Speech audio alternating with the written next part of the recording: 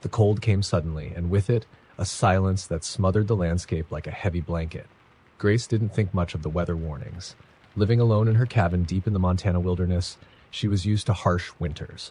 This was her third year of solitude since leaving her old life behind, and she had come to cherish the isolation. But this storm was different. The winds howled like mournful cries, and the snow fell thick, blotting out the world in an endless white haze. By the second day, she realized something was wrong. The power had gone out overnight, and even with her wood-burning stove roaring, the cabin felt unnaturally cold. She bundled herself in every layer she could find, yet the chill seemed to seep into her very bones. She wasn't worried, not yet. She had plenty of wood, canned food, and a battery-powered radio for updates. But when she tried to tune in, the static hissed back at her with unrelenting. As the days passed, Grace became aware of something unsettling. The silence outside wasn't complete. It was punctuated by faint noises. At first, she thought it was the wind, but then she started hearing footsteps. They weren't loud, just a soft crunching of snow, sometimes near the cabin, other times farther out. Peering through her frosted windows, she could see nothing but the storm. Still, the footsteps came. She tried to convince herself it was an animal, perhaps a deer or a coyote, lost in the storm. But the pacing, it was too deliberate, too human. On the fifth night, she heard the knocking. 3 slow, deliberate raps on the wooden door. Grace froze, clutching the blanket around her. No one ever came this far out. Not during winter, not during a storm like this. Her heart pounded in her chest as she crept to the door and pressed her ear against it. "Hello?" she called out, her voice trembling. No answer came, only the howling wind and the faint sound of footsteps retreating into the distance. She didn't sleep that night, nor the next. The knocking came again and again, always the same. 3 deliberate knocks, followed by silence. She tried to reason it away. A tree branch, the shifting of the cabin in the wind. But deep down, she knew better. By the 7th day, her supplies were running low. She decided to venture outside to retrieve more firewood from the shed. The storm had eased slightly, and she stepped into the knee-deep snow, pulling her coat tightly around her. As she approached the shed, she noticed something odd. Footprints in the snow leading away from her cabin and vanishing into the trees. They were fresh. Her stomach twisted. Whoever or whatever had been outside her cabin wasn't just passing by. They had been watching her. Inside the shed, the air was frigid and damp. She grabbed an armful of wood and turned to leave, but something caught her eye. Etched into the frosted window pane was a single word: run. Her breath caught in her throat, and she stumbled back, dropping the firewood. Without thinking, she sprinted back to the cabin, her boots crunching loudly in the snow. She bolted the door behind her and grabbed the rifle she kept by the fireplace. Her hands shook as she checked the ammunition, her breath coming in shallow gasps. The cabin felt suffocating now, the walls closing in. She could feel eyes on her, though the windows were frosted over and the storm obscured everything outside. Night fell, and the knocking came again. This time, it was louder, more insistent. Grace sat in the corner of the room, clutching her rifle, the barrel pointed at the door. "Go away," she screamed, her voice cracking. The knocking stopped. The next morning, she woke to find the words etched into every window. Run. The snow around the cabin was trampled, as though 100 feet had circled her home throughout the night. Panic consumed her. She couldn't stay here any longer. Grabbing what little she could carry, she bundled herself against the cold and stepped out into the storm. The forest was unnervingly quiet as she trudged through the snow, following the narrow trail that led toward the nearest road. She glanced over her shoulder every few steps, her breath visible in the freezing air. The feeling of being watched grew stronger with every step, the silence pressing in around her like a vice. Then she heard it, the crunch of snow behind her. She froze, her pulse roaring in her ears. Slowly she turned, her eyes scanning the trees. At first there was nothing, just the endless white and the skeletal branches swaying in the wind. But then she saw them. Shadows moving between the trees, too tall, too fast. They didn't look human. They didn't look like anything she had ever seen. The footsteps grew closer, and she broke into a run, the cold burning her lungs. She didn't stop, not even when the trail disappeared under a fresh blanket of snow. The shadows closed in around her, and the last thing she remembered was the sound of the wind, carrying a faint, guttural laugh. They found her weeks later, miles from her cabin, frozen solid in the snow. Her face was twisted in a look of pure terror. her arms outstretched as though she'd been trying to claw her way out of the storm. No one could explain how she had ended up so far from her home, or why the snow around her body was undisturbed, as though she had simply fallen from the sky. But in the weeks that followed, others began to hear the knocking in the night, and the storm returned, stronger than before. It began as a family tradition, a weekend getaway to a remote cabin deep in the forests of Vermont. 4 of them made the trip every December. Hannah, her husband Ben, her younger sister Lily, and Lily's boyfriend Alex. The cabin was picturesque, nestled in a snow-covered clearing with a roaring fireplace and enough distance from civilization to feel like an escape. It was perfect, until this year. From the moment they arrived, Hannah felt uneasy. Something was off. The forest was unnaturally quiet, the kind of silence that pressed against your ears and made your heartbeat seem deafening. The cabin, though familiar, felt colder than usual, as though it hadn't been used in years despite their visits every winter. The others dismissed her concerns, chalking it up to nerves or exhaustion. But that night, the unease turned into dread. The first sign was the tapping. It started faintly, just after midnight. Hannah thought it was the wind at first, branches brushing against the windows, but the sound was too rhythmic, too deliberate. Tap, tap, tap. She nudged Ben awake. "Do you hear that?" she whispered. He groaned, half asleep. "It's just the wind. Go back to sleep." But Hannah couldn't. The tapping continued, moving from one window to the next, as if someone or something was circling the cabin. She lay awake, clutching the blanket, her eyes fixed on the darkened room. Hours passed before the sounds stopped, and even then she couldn't shake the feeling that they weren't alone. The next morning she found footprints in the snow outside the cabin. They were large, too large to belong to any of them, and they led from the edge of the forest to the cabin's windows. But what unnerved her most was the shape of the prints, elongated, with claw-like indentations at the tips. She called the others to look, but by the time they stepped outside, fresh snow had fallen, covering the tracks. That evening, as the storm rolled in, the power flickered and died, plunging the cabin into darkness. They lit candles and stoked the fire, laughing nervously to mask their discomfort. But the tension was palpable. The wind howled outside, and the tapping began again, louder this time. "Maybe it's an animal," Alex suggested, though his voice wavered. "A raccoon or something." Hannah shook her head. "It's not an animal. Animals don't tap on windows." The group fell silent, the only sound the crackling of the fire and the relentless tapping. Then, without warning, there was a bang on the front door, as though someone had thrown their full weight against it. Lily screamed, clutching Alex's arm. Ben grabbed a flashlight and moved toward the door, but Hannah grabbed his wrist. "Don't," she pleaded. "Whatever's out there, it's not a person. Don't be ridiculous," he said, pulling free. He opened the door, shining the flashlight into the snowstorm. The light caught on something, just for a moment. A tall, hunched figure with elongated limbs and glowing eyes. Ben stumbled back, slamming the door shut and bolting it. "What did you see?" Alex asked, his voice trembling. I don't know," Ben stammered. "It wasn't human." The group huddled together, every creak of the cabin making them jump. Hours passed and the tapping returned, now accompanied by faint scratches at the door. Then came the whispers, faint, almost imperceptible, but unmistakably there. They spoke in a language none of them understood, a guttural, inhuman sound that seemed to come from all around them. "Stay away from the windows," Hannah warned, her voice barely audible, but it was too late. Alex, curious and defiant, pulled back the curtain to peer outside. A sudden, piercing scream filled the cabin as he staggered back, clutching his face.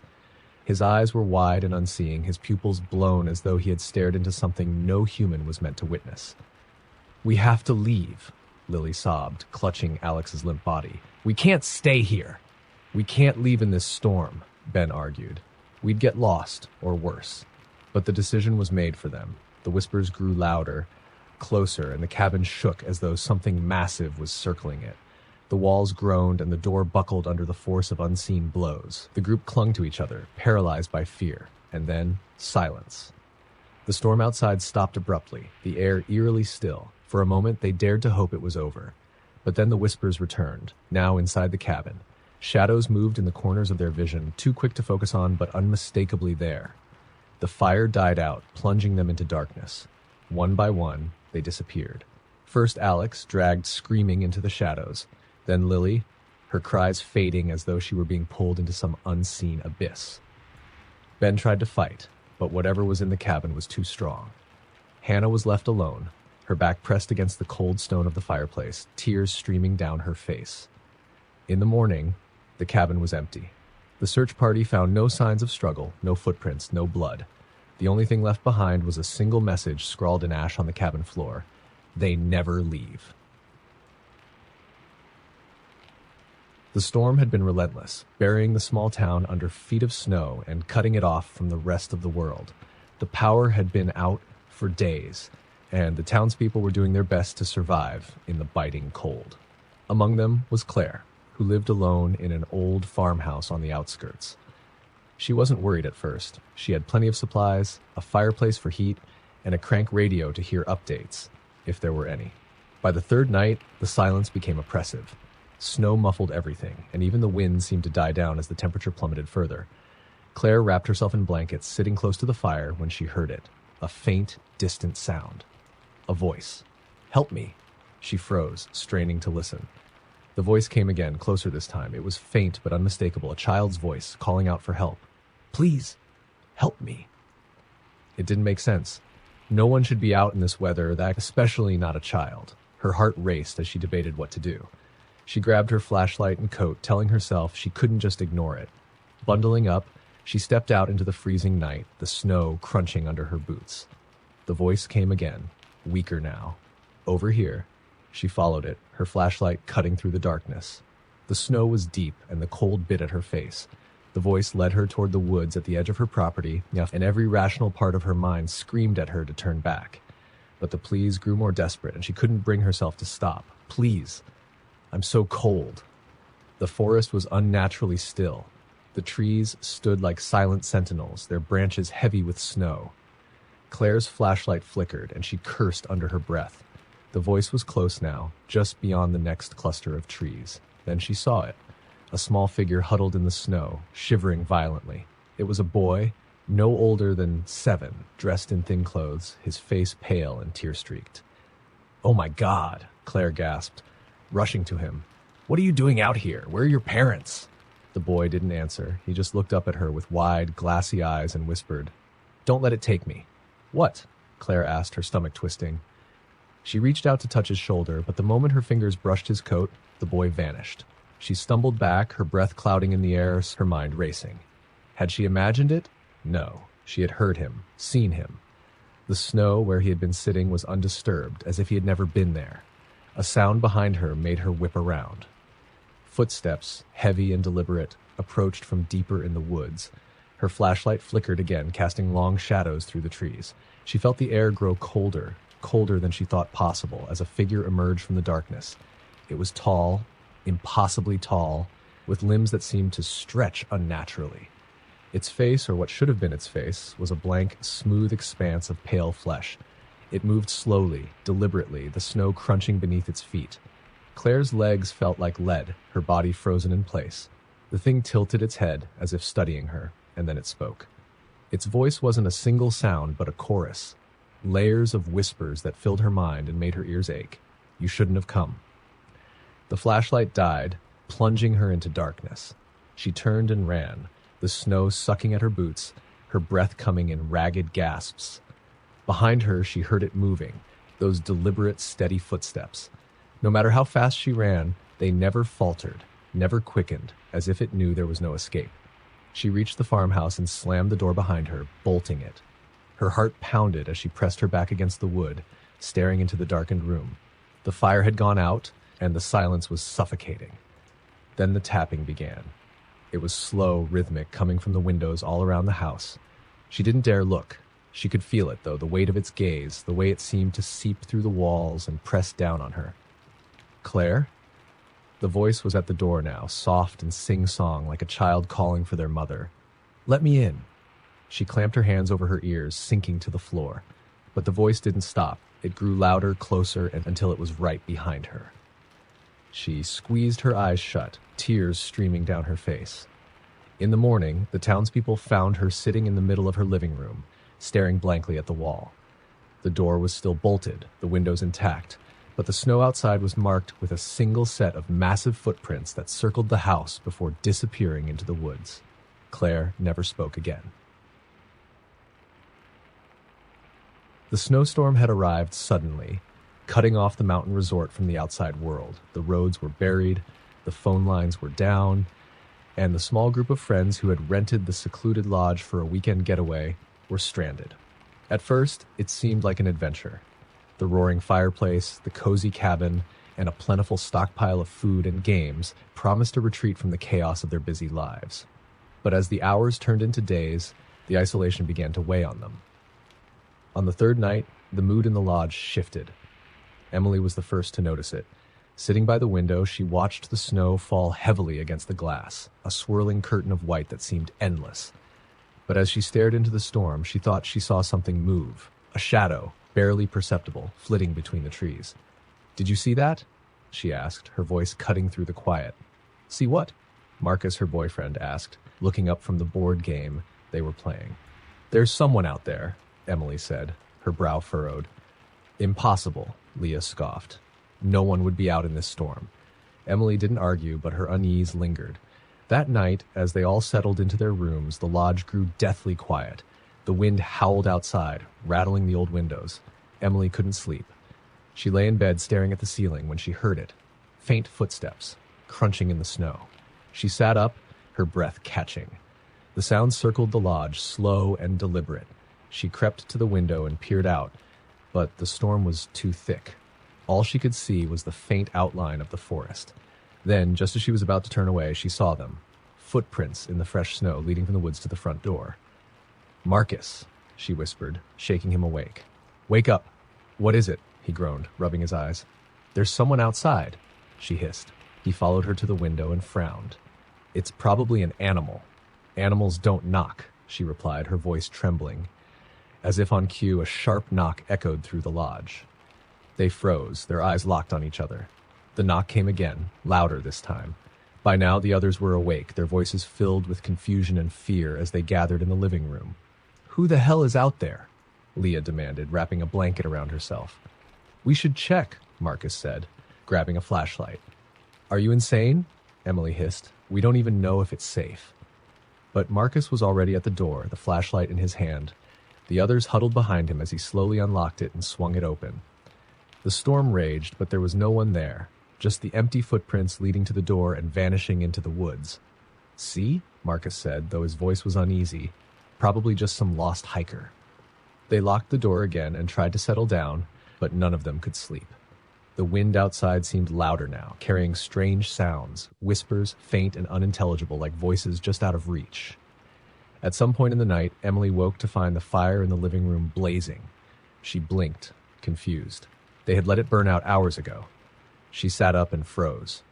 Across the room, a figure stood with its back to her, impossibly tall and shrouded in shadows. Its limbs were too long, its posture unnatural. "Who's there?" she whispered, her voice shaking. The figure turned slowly, and she caught a glimpse of its face, or rather, the lack of one. Its head was featureless, a smooth expanse of pale, translucent skin. It tilted its head as if studying her and began to move closer. Emily screamed, waking the others. When they rushed to the living room, the figure was gone, but the room was ice cold, the fire completely extinguished. "What did you see?"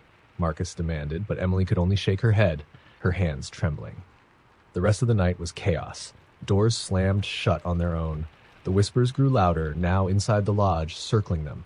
Shadows moved in the corners of their vision, and the air grew so cold their breath clouded in front of them. By dawn, Leah was gone. Her room was empty, her bed untouched, though the window was open, the snow below marked with deep, inhuman footprints leading into the woods.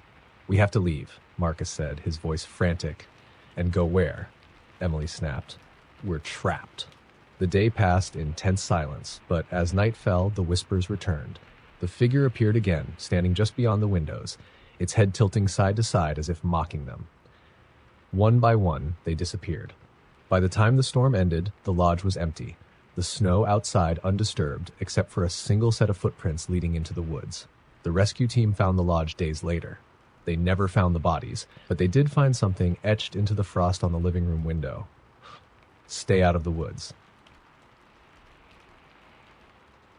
The bus station was nearly empty, the harsh winter winds biting through the cracked glass doors as Laura huddled in her coat waiting for the last bus of the night. Snow had been falling steadily for hours, blanketing the roads and slowing everything to a crawl. She glanced at her watch, 11:47 p.m. The bus was supposed to arrive 15 minutes ago, but there was no sign of it. The fluorescent lights above flickered, casting long shadows across the worn tile floor. The only other person in the station was a man sitting in the far corner, his face hidden under the brim of a wide hat. He hadn't moved or spoken since she arrived, and his presence unnerved her. Laura tried to focus on her phone, but the signal was weak and the battery was draining fast. She checked the weather app one last time before the screen went black. The storm was worse than she thought, warnings of icy roads and near-zero visibility. She sighed and tucked her phone away, glancing nervously toward the glass doors. It was then that she noticed it, something moving outside, barely visible through the swirling snow. At first, she thought it was her imagination, the storm playing tricks on her. But no, there it was again, a shadowy figure pacing back and forth just beyond the reach of the streetlights. The man in the corner stirred, his head tilting slightly toward the doors. He had noticed it too. "Late bus, huh?" His voice was low and gravelly, cutting through the silence like a blade. Laura nodded, hesitant to engage. "Yeah, it's running behind." He chuckled, the sound hollow. "In weather like this, you're lucky it's coming at all." The figure outside stopped, turning toward the station. Laura's breath caught as she squinted through the fogged glass. It looked like a person, but something about its movements was wrong. Jerky, unnatural, like a marionette controlled by invisible strings. The man stood, his boots echoing against the floor. "Might want to stay away from the doors," he said casually, as if commenting on the weather. "Why?" Laura asked, her voice trembling. He didn't answer. Instead, he moved to the far wall, leaning against it with his arms crossed. The figure outside began to move again, slowly approaching the station. Laura stepped back, her heart racing. It was closer now, close enough that she could make out details. A long coat, arms that seemed too long, and a face obscured by the shadows of its hood. "Is that someone looking for shelter?" she asked, though she didn't believe it. The man shook his head. "Not someone." The doors rattled as the figure pressed against them, its head tilting at an unnatural angle. Laura froze, her eyes locked on the glass.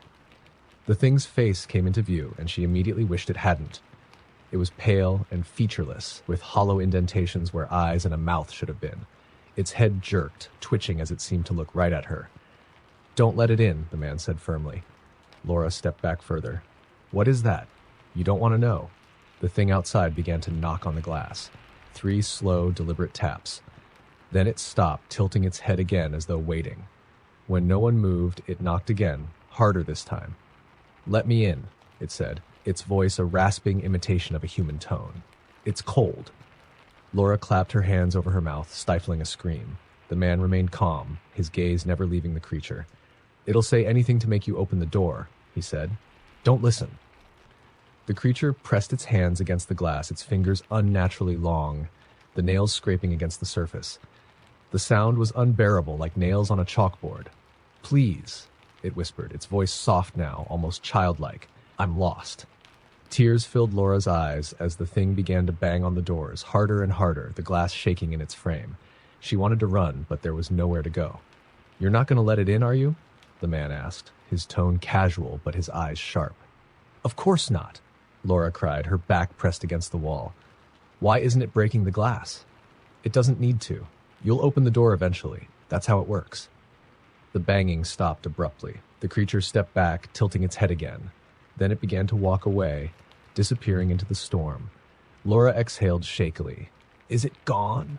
The man didn't answer. She turned to look at him, but his expression had changed. He was staring at her, a cold smile playing at his lips. "You shouldn't have looked at it," he said softly. "What do you mean?" she whispered. "You saw its face. That's enough." Before she could respond, the lights flickered and went out, plunging the station into darkness. The last thing Laura heard before the world went silent was the sound of footsteps approaching from outside, slow and deliberate. The blizzard swept through the countryside with ferocious speed, piling snow against the doors and windows of Sarah's isolated farmhouse. She had lived there all her life, inherited from her parents, but she had never felt so alone as she did that winter night. The storm had knocked out the power hours ago, and the only light came from the flickering oil lamp on the kitchen table. The wind howled like a living thing, rattling the old glass panes. Sarah sipped her tea, trying to calm her nerves when she heard it, a faint knock at the front door. It was barely audible over the storm, but it was there, 3 distinct knocks. She froze, her heartbeat pounding in her ears. No one should be out in this weather, and certainly no one would travel all the way to her remote home. Another knock, this time louder. "Hello?" she called, her voice trembling as she approached the door. No answer. She hesitated, her hand hovering over the doorknob. Then, steeling herself, she opened the door a crack. The wind whipped snow into her face, stinging her skin. But there was no one there. The porch was empty, the snow untouched. Confused, she shut the door and locked it, leaning against it as she tried to steady her breathing. Maybe it was just the storm playing tricks on her ears. But then came another sound, scratching. This time, at the kitchen window. Her head snapped toward the sound, and she saw it. A figure stood just beyond the frosted glass, its face obscured, but its shape unmistakably human. It didn't move, didn't try to come in, just stood there, staring at her through the window. Sarah grabbed the nearest weapon, a cast iron skillet, and approached the window cautiously. "Who's there?" she demanded. The figure didn't answer, but its head tilted slightly as if studying her. She could see now that its body was wrong. The arms were too long, its legs thin and crooked like broken branches. The scratching grew louder, more frantic, as though the thing was trying to claw its way inside. "Go away!" Sarah shouted, backing away from the window. The figure disappeared in an instant, as though it had never been there. She stood frozen in place, her breath clouding in the icy air. The house felt colder now, as if the storm had found its way inside. And then came the laughter. Soft at first, almost a whisper, but growing louder. It wasn't a single voice, but many, overlapping and echoing. "Let us in," they whispered. "We're so cold." Sarah spun around, the skillet clutched tightly in her hands. Shadows danced across the walls, shapes that shouldn't have been there, moving independently of the flickering lamplight. The knocks came again, this time at every door and window in the house, all at once. The voices grew louder, more insistent. "Don't ignore us, Sarah." Her blood turned to ice. They knew her name. Panicking, she grabbed the oil lamp and ran upstairs, barricading herself in her bedroom. She sat in the corner, the skillet still in her hands, the lamp casting long shadows across the room.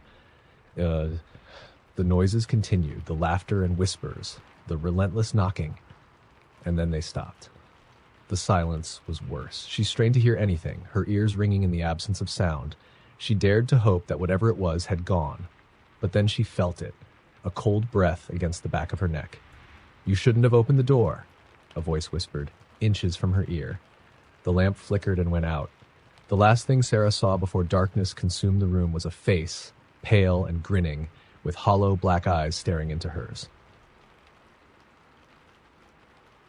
The remote cabin was supposed to be the perfect getaway for James and his friends.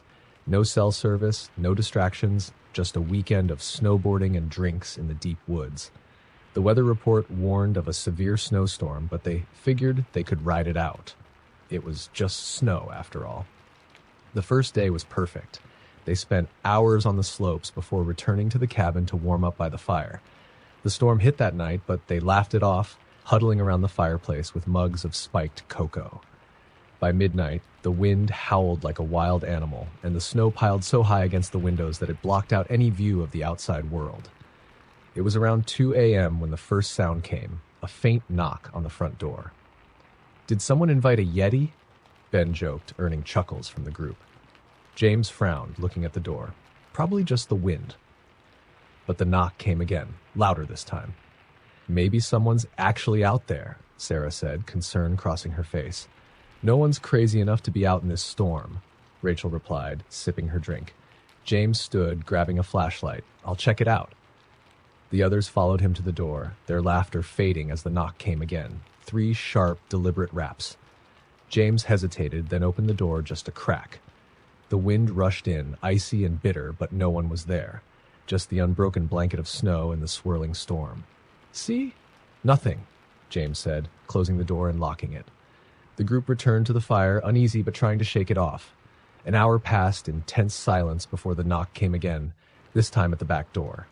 "That's not funny," Rachel snapped, glaring at Ben, assuming it was a prank.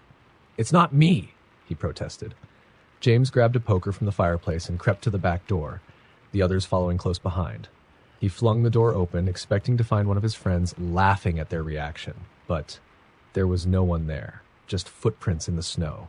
Bare footprints, leading from the woods to the door before stopping abruptly. Those are human," Sarah whispered, her voice shaking. "Who the hell is out here barefoot?" James muttered, slamming the door shut and bolting it. The group stayed in the living room after that, too nervous to go to their rooms. The storm raged on outside, but the knocking didn't come again until 4 a.m. It started softly, a rhythmic tapping on the windows, not just one window, all of them. The group froze, their eyes darting to the shadowy figures now standing outside. There were at least 5 of them, tall and gaunt, their faces obscured by the swirling snow. "They're just people, right?" Rachel said, her voice trembling. "Maybe lost hikers? Why are they just standing there?" Ben whispered. James grabbed his flashlight and shone it at the closest window. The beam caught one of the figures, illuminating its face, or what should have been a face. Its features were stretched and wrong, like a mask that had been melted and reshaped. Its eyes were black pits, and its mouth twisted into a grotesque grin. "Turn it off," Sarah hissed, grabbing his arm. "Don't look at them." The light flickered, and the figure moved closer, pressing its face against the glass. "Let us in," it said, its voice low and distorted, like a tape played backward. "No," James whispered, backing away. The knocking grew louder, more frantic. The figures began circling the cabin, their movements jerky and unnatural, as if their limbs were bending in ways they shouldn't. The group huddled together in the center of the room, too terrified to move. The knocking stopped suddenly, replaced by a heavy silence. And then they heard it. Footsteps. Inside the cabin. "Check the doors," Sarah whispered, her voice barely audible. "They're locked," James said, his hands shaking. "Then how?" Rachel started, but her words were cut off by the sound of something heavy scraping across the floor upstairs. None of them moved. The sound grew louder, closer, as if something was dragging itself down the hallway above them. "Is everyone here?" Ben asked, his voice cracking. "Yes," Sarah snapped. "Then who's upstairs?" The footsteps stopped. Then came the laughter. Soft at first, echoing through the cabin, but growing louder and louder until it filled every corner. The last thing they saw before the lights went out was the figures at the windows, grinning wider than before. By morning, the storm had passed. The rescue team found the cabin buried in snow. The doors were locked, the windows unbroken. Inside, there was no sign of James or his friends, only deep, bare footprints leading from the living room to the forest beyond. The cold was the first thing Olivia noticed when she woke. Not the kind of cold from a winter chill, but a biting, unnatural cold that seemed to seep through her skin and cling to her bones. She was wrapped in her thick blanket, yet it felt like she was lying in the snow itself. She glanced at the window. Frost spiraled across the glass, so thick that she couldn't see the trees outside. The wind howled like a mournful song, and the shadows from the bare branches swayed eerily in the dim moonlight. Something was off. She could feel it. She reached for her phone, but it was dead. Strange. It had been fully charged before she went to bed. Olivia sighed, throwing on her robe and heading to the kitchen for tea. The house was deathly quiet, save for the occasional groan of the old wood settling under the strain of the storm. As she passed the living room, she froze. The front door was slightly ajar. Snow had blown in, creating a thin, glittering dusting on the hardwood floor. Her heart raced. She was sure she had locked it before going to bed. "Hello?" she called, her voice shaky. No response. Carefully, she shut the door and locked it again, double-checking the deadbolt. She glanced at the snow-covered floor, noticing something she hadn't before. Footprints. Bare footprints, leading from the door and stopping in the center of the living room. Her stomach churned. The prints were strange, the toes too long, the arches too high. They didn't look human. "Okay, don't panic," she whispered to herself. "It's just the storm." She grabbed a mop to clean the snow, but as she bent down, she noticed something even more unsettling. The prints didn't stop in the middle of the room. They circled back toward the hallway, toward her bedroom. A sharp creak came from upstairs. Olivia's breath hitched. She grabbed the nearest thing she could find, a heavy candlestick, and crept up the staircase, each step a battle against the screaming voice in her head telling her to run. The upstairs hallway was dark, the only light coming from the moon filtering through the frosted windows. The air felt colder up here, almost suffocating. She approached her bedroom door, which was now slightly ajar. She was certain she had left it closed. "Is someone in there?" she asked, her voice trembling. No answer. She pushed the door open, the hinges creaking like a scream. Her room was empty, or so it seemed. She stepped inside, scanning every corner. The bed was unmade, the blanket tossed to the floor. Her closet door, however, was open just a crack, revealing nothing but pitch blackness inside. She took a step closer, clutching the candlestick tightly, her breath fogged in the freezing air. "If someone's in there, you need to come out right now." Silence. Her hand trembled as she reached for the closet door. She flung it open, but it was empty. Just her clothes hanging neatly and her shoes lined up at the bottom. She exhaled shakily, turning away. But as she did, she heard it. A soft rustling, coming from behind her. She spun around, staring into the empty closet.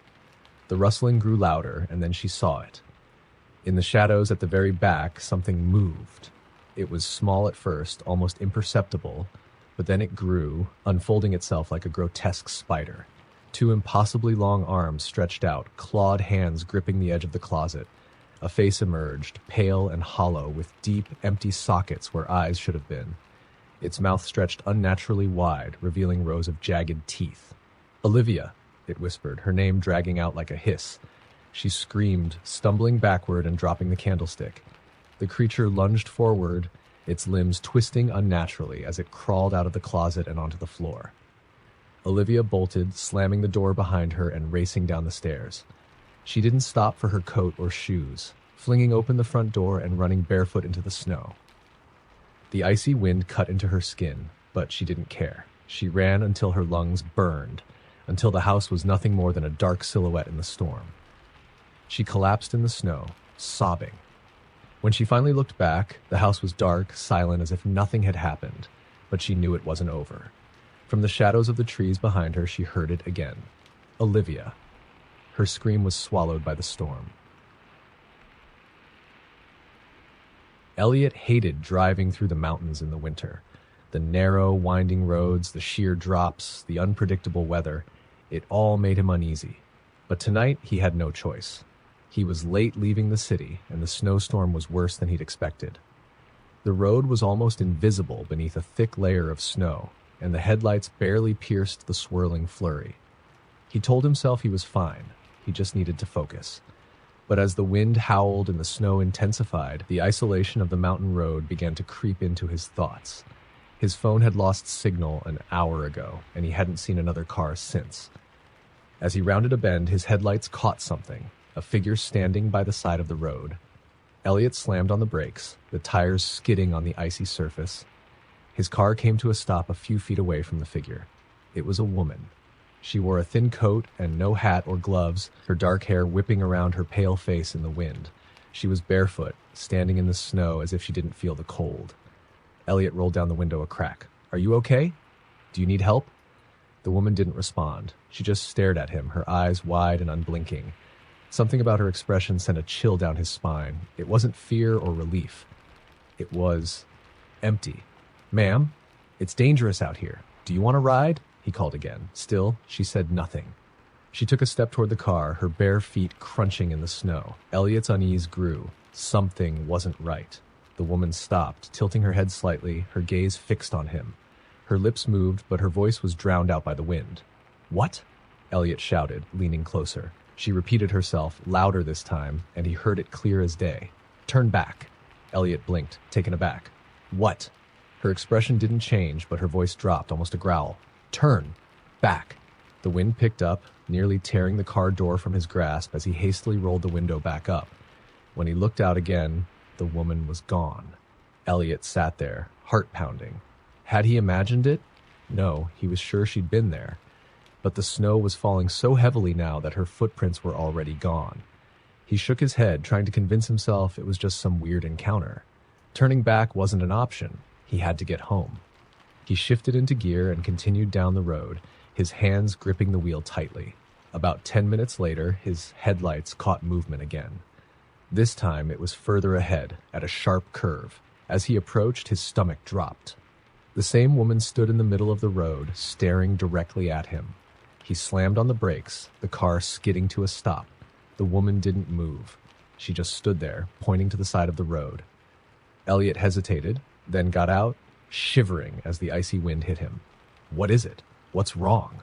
She didn't answer. She pointed again, more insistently. Elliot followed the direction of her gesture, peering into the snowstorm. At first, he saw nothing, but then his heart stopped. Barely visible in the swirling snow was the faint outline of another car, a black sedan that had veered off the road and down the steep embankment. Its headlights flickered weakly, almost buried beneath the snow. He ran to the edge, shouting into the storm. "Is anyone down there? Hello?" No response. The car was so far down that he couldn't see inside. He fumbled for his phone, but of course there was still no signal. He turned back to the woman, but she was gone. Elliot stood there, his breath visible in the freezing air, the wind howling around him. He looked back at the car below and made his decision. He couldn't leave without trying to help. He slid down the embankment, using the trees for balance, until he reached the sedan. Its windshield was cracked, and the driver's side door was crushed against a tree. Peering inside, he saw a man slumped over the steering wheel, unconscious. Blood stained the interior, and the air was freezing. "Hey, are you okay?" Elliot shouted, shaking the man's shoulder. The man groaned, his eyes fluttering open. "Help. Me. I'm going to get you out of here," Elliot said, adrenaline taking over. He managed to pry the door open and pull the man out, dragging him up the embankment despite the biting cold. When they finally reached the road, Elliot laid the man down, panting. The snow had eased slightly, and in the dim moonlight, he saw the man's pale, bruised face. Who are you?" the man asked weakly. "Just someone passing by," Elliot replied. "You're going to be okay." The man's eyes darted around. "Did you see her?" Elliot's blood ran cold. "Who?" "The woman," the man whispered.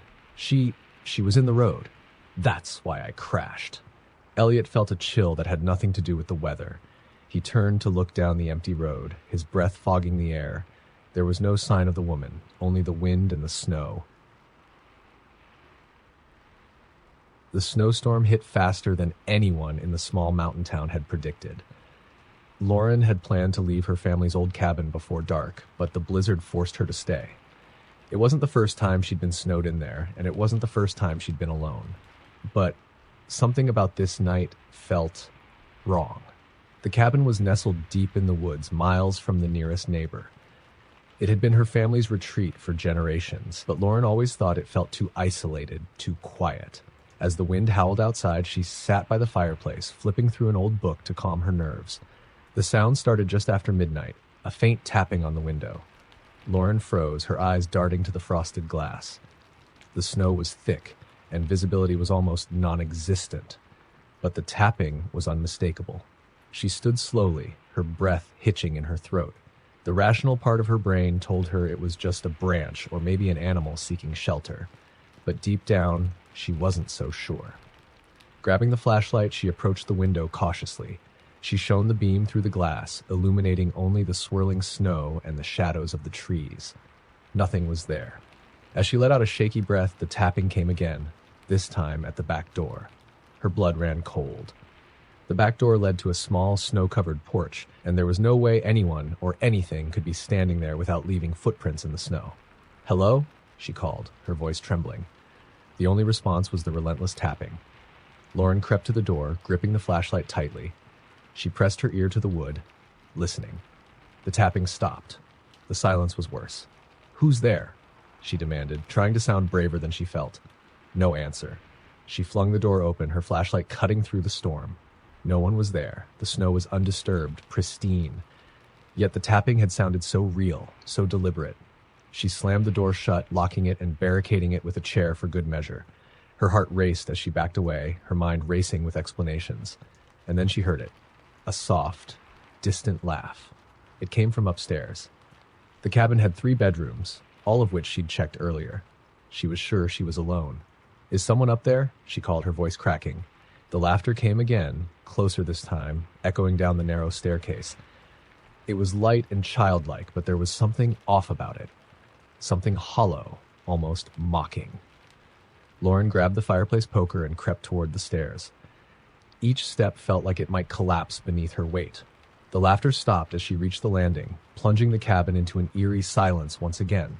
She opened the door to the first bedroom, her flashlight sweeping the small space. Nothing. The second bedroom was the same. Only one door remained, the room at the end of the hall, her parents' old bedroom. Her hand shook as she reached for the doorknob. She hesitated, her instincts screaming at her to turn around, to leave the cabin and brave the storm. But she had to know. She pushed the door open, the creak echoing in the stillness. The room was empty, the moonlight filtering through the snow-covered windows. And then she saw it. In the corner, near the closet, a figure stood perfectly still. It was small, like a child, its face obscured by the shadows. Who are you?" Lauren stammered, raising the poker defensively. The figure tilted its head, a jerky, unnatural movement. And then it stepped forward, revealing a face that wasn't a face at all. Its skin was smooth and featureless, like porcelain. No eyes, no mouth, just a blank slate. Lauren stumbled back, her flashlight slipping from her hand. The figure moved closer, its head tilting again, as if studying her. "Leave," it whispered, though it had no mouth to speak from. Lauren didn't need to be told twice. She bolted down the stairs, nearly tripping in her panic. The wind screamed as she flung open the front door, the cold biting into her skin as she ran into the storm.